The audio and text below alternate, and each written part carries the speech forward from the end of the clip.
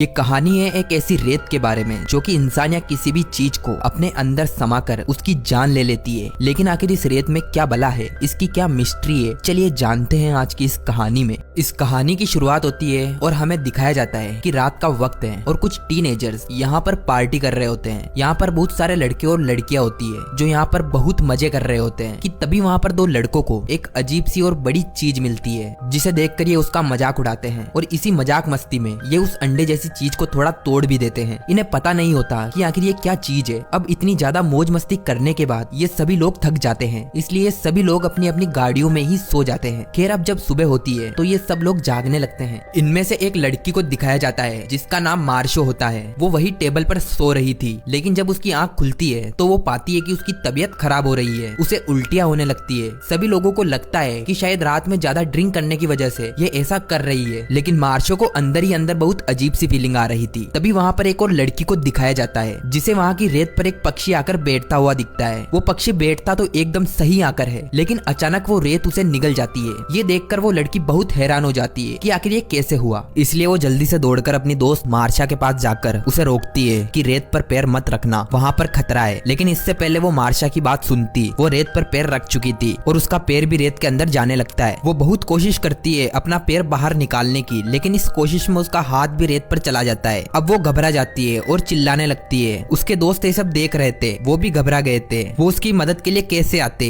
क्योंकि इस रेत में कुछ ना कुछ अजीब हो रहा था। किसी को भी समझ में नहीं आ रहा था कि उन्हें क्या करना चाहिए। अब मार्शा की हालत देखकर गाड़ी में बैठा उसका दोस्त उसकी मदद करने के लिए आता है। सभी लोग उसे रोकते हैं, लेकिन वो किसी की बात नहीं सुनता और वो जैसे ही सैंड पर अपना पैर रखता है तो वो मुंह के बल गिर जाता है और उस सैंड से चिपक जाता है। वो अपने आप को छुड़ाने की बहुत कोशिश करता है, लेकिन अब उसकी स्किन सैंड से चिपकने लगी थी। उसके पूरे शरीर को सैंड ने जख्मी कर दिया था। उसके दोस्त गाड़ी स्टार्ट करने लगते हैं ताकि वो किसी तरह अपने दोस्त को ऊपर खींच सके, लेकिन इनकी गाड़ी भी स्टार्ट नहीं होती। अब उस लड़के का दोस्त उसकी तरफ एक रस्सी फेंकता है, लेकिन अब वो लड़का इस हालत में नहीं था कि वो उस रस्सी को पकड़ पाता और अगले कुछ ही लम्हों में उसकी पूरी बॉडी रेत के अंदर समा जाती है। बाकी सभी लोग ये सब देखते ही रह जाते हैं। अब वो काफी डर गए थे। अब सभी लोग प्लान करते हैं कि ये जल्द ही यहाँ से निकल जाएंगे। अब जो लड़का गाड़ी के ड्राइविंग सीट पर बैठा होता है उसका नाम जूना होता है। वो गाड़ी को फिर से स्टार्ट करने की कोशिश करता है, लेकिन गाड़ी स्टार्ट हो ही नहीं रही थी। तभी हम एक मोटे आदमी को देखते हैं जो कि ड्रम में होता है। वो हिलने लगता है तो उसके दोस्त उससे कहते हैं कि तुम जरा सा भी मत हिलो, क्योंकि अगर तुम गलती से नीचे गिर गए तो रेत तुम्हें अपने अंदर ले लेगी। वो आदमी कहता है कि क्या तुम मेरे साथ मजाक कर रहे हो क्या, क्योंकि उसने अपनी आंखों से ये सब नहीं देखा था। वो उस वक्त सो रहा था और अब उसे इस ड्रम में दर्द होने लगा था, इसलिए अब वो हिल रहा था। उसे एक लड़का कहता है कि अगले 2 घंटों में हमारी मदद के लिए कोई आ रहा है, हमने कॉल कर दी है और अगर तुम इसी में शांति से रहोगे तो वो लोग हमें बचा लेंगे। इसलिए ये आदमी मान जाता है, लेकिन उसने झूठ कहा था, कोई हेल्प नहीं आने वाली थी। ये लोग यहाँ पर फंस चुके थे। अब मार्शा की दोस्त कहती है कि कल रात हमने इसी बीच पर तो पार्टी की थी, तब इस रेत ने हमें क्यों कुछ नहीं किया, और यहाँ पर बाकी के लोग भी तो थे, वो कहाँ गए। और ये लोग समझ जाते हैं कि वो सभी लोग रेत के अंदर जा चुके हैं और ये लोग रेत के अंदर इसलिए नहीं गए क्योंकि ये रेत के ऊपर किसी न किसी चीज पर सो रहे थे। अब इतने में वो मोटा आदमी फिर से चिल्लाने लगता है कि मैं सूरज की किरणों से जल रहा हूँ, तो इसलिए उसका दोस्त उसकी तरफ सनस्क्रीन फेंकता है और कहता है कि इसे लगा लो, इससे तुम्हें आराम मिलेगा। अब वो आदमी उसे लगा लेता है और उसे थोड़ा सुकून मिलता है। तभी इन सभी की नजर उस चीज के ऊपर पड़ती है जो कि इन्हें रात में मिली थी और इन्होंने इसे डैमेज कर दिया था।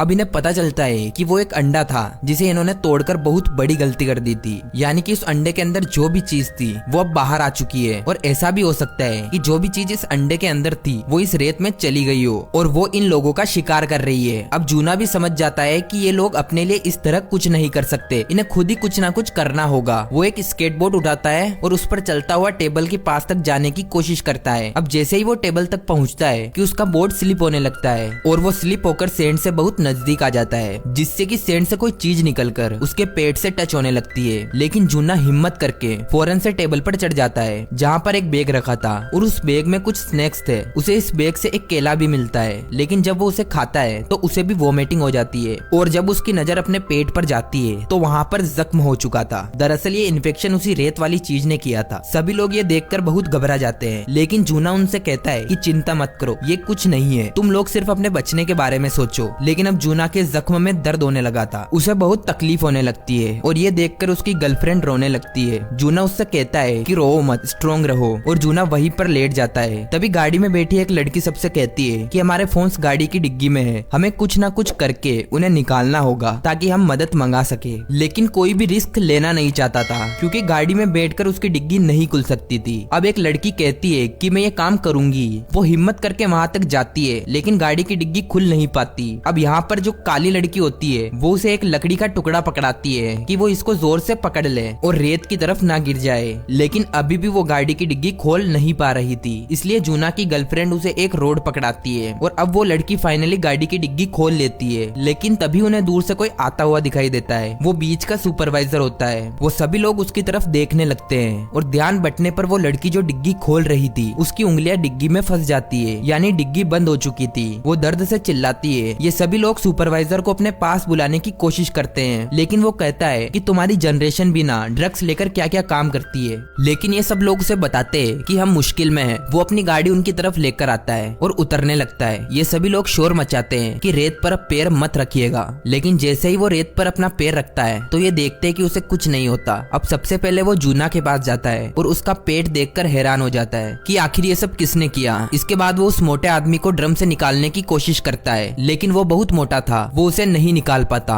इसलिए वो कहता है कि चिंता मत करो, कुछ ही देर में मैं अपनी टीम को यहाँ लेकर आता हूँ जो कि तुम्हें यहाँ से रेस्क्यू कर लेगी। लेकिन मुझे ये समझ नहीं आ रहा कि आखिर तुम लोग यहाँ पर क्या कर रहे हो। तो जूना की दोस्त उसे सब कुछ बताने की कोशिश करती है। वो कहती है कि हमारी दोस्त की उंगलियां गाड़ी की डिग्गी में फंस गई है। सुपरवाइजर उसके पास जाता है लेकिन वो उसकी हेल्प नहीं करता। ये देखकर जूना की दोस्त उस पर चिल्लाने लगती है और अब सुपरवाइजर उसके पास जाकर कहता है तुम मुझसे इतनी बदतमीजी क्यों कर रही हो। जिस पर वो कहती है कि तुम्हें दिख नहीं रहा है कि हम प्रॉब्लम में हैं, हम रेत पर नहीं आ सकते। पहले ही इस रेत ने हमारे दो दोस्तों को अपने अंदर निगल लिया है। सुपरवाइजर कहता है कि मेरे साथ गेम मत खेलो, अगर ऐसा ही है तो मैं रेत पर कैसे खड़ा हूँ और तुम लोग भी जल्दी से नीचे आओ। लेकिन जूना की दोस्त और वो लड़का नीचे नहीं आते क्योंकि वो जानते थे कि इससे उनकी जान भी जा सकती है। तो वो सुपरवाइजर अपनी गन निकालने लगता है लेकिन साथ ही उसकी चाबी भी नीचे गिर जाती है। सब उसे कहते हैं कि उसे उठाना मत, लेकिन वो नहीं सुनता और अपनी चाबी उठाने के लिए जैसे ही उसका हाथ रेत से टच होता है तो वो रेत उसके हाथ को भी फांस लेती है। लेकिन सुपरवाइजर के पास पेपर स्प्रे होता है जिसे वो उस पर स्प्रे करने लगता है लेकिन कोई फायदा नहीं होता।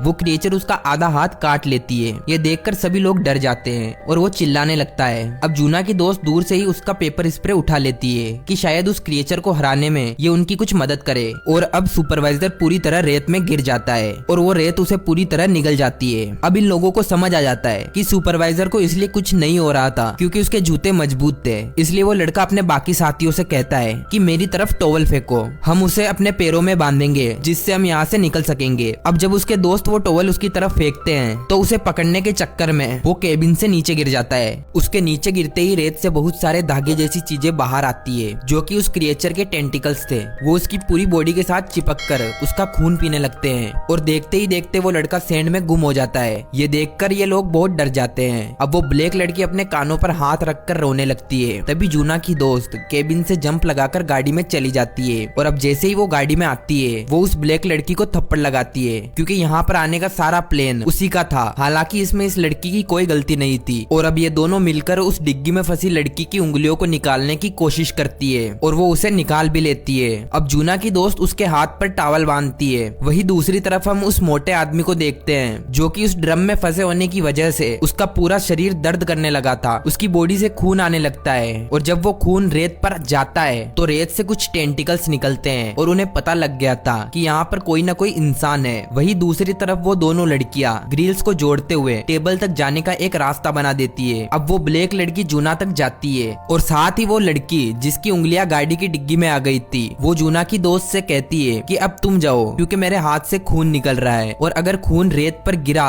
तो वो क्रिएचर हम पर अटैक कर देगा। इसलिए जूना की दोस्त चलकर वहाँ पहुँच जाती है। अब आखिर में वो जख्मी उंगली वाली लड़की उस ग्रिल पर चलने लगती है लेकिन तभी उसके हाथ से खून टपक जाता है और उसका बैलेंस खराब हो जाता है और वो रेत में गिर जाती है और रेत उसे भी अपने अंदर निगल लेती है। दूसरी तरफ हम मोटे आदमी को देखते हैं जिसके ड्रम पर खून बह रहा था जिससे वो टेंटिकल्स उसकी तरफ अट्रैक्ट होने लगते हैं। अब वो काली लड़की अपने पैरों में टॉवल बांधकर चलने लगती है। वो सुपरवाइजर की गाड़ी पर चढ़ जाती है। तभी उस मोटे आदमी को वो टेंटिकल्स बड़े होकर उसके चारों तरफ लिपट जाते हैं और उसे अपने अंदर समा लेते हैं। अब वो क्रिएचर बहुत बड़ा हो चुका था। वो क्रिएचर सुपरवाइजर की गाड़ी को हिलाने लगता है जिससे काली लड़की गाड़ी के ऊपर गिर जाती है और बेहोश हो जाती है जिससे जूना की दोस्त काफी घबरा जाती है क्योंकि वो अकेली अकेली बची थी। फिर रात के समय उस ब्लैक लड़की को होश आ जाता है। इसके बाद वो एक एयर वाटर टब के जरिए जूना को लेटाकर गाड़ी तक पहुंचाती है। फिर जूना की दोस्त पेट्रोल लेकर गाड़ी के चारों तरफ डालने लगती है और फिर वो उसमें आग लगा देती है, जिससे उस क्रिएचर के टेंटिकल्स में आग लग जाती है। और इसी के साथ ये कहानी खत्म हो जाती है। वीडियो अच्छी लगी हो तो वीडियो को लाइक और कमेंट करके जरूर बताएं। ऐसी वीडियोस के लिए हमारे चैनल को सब्सक्राइब करें। मिलते हैं अगली वीडियो में, तब तक के लिए नमस्कार।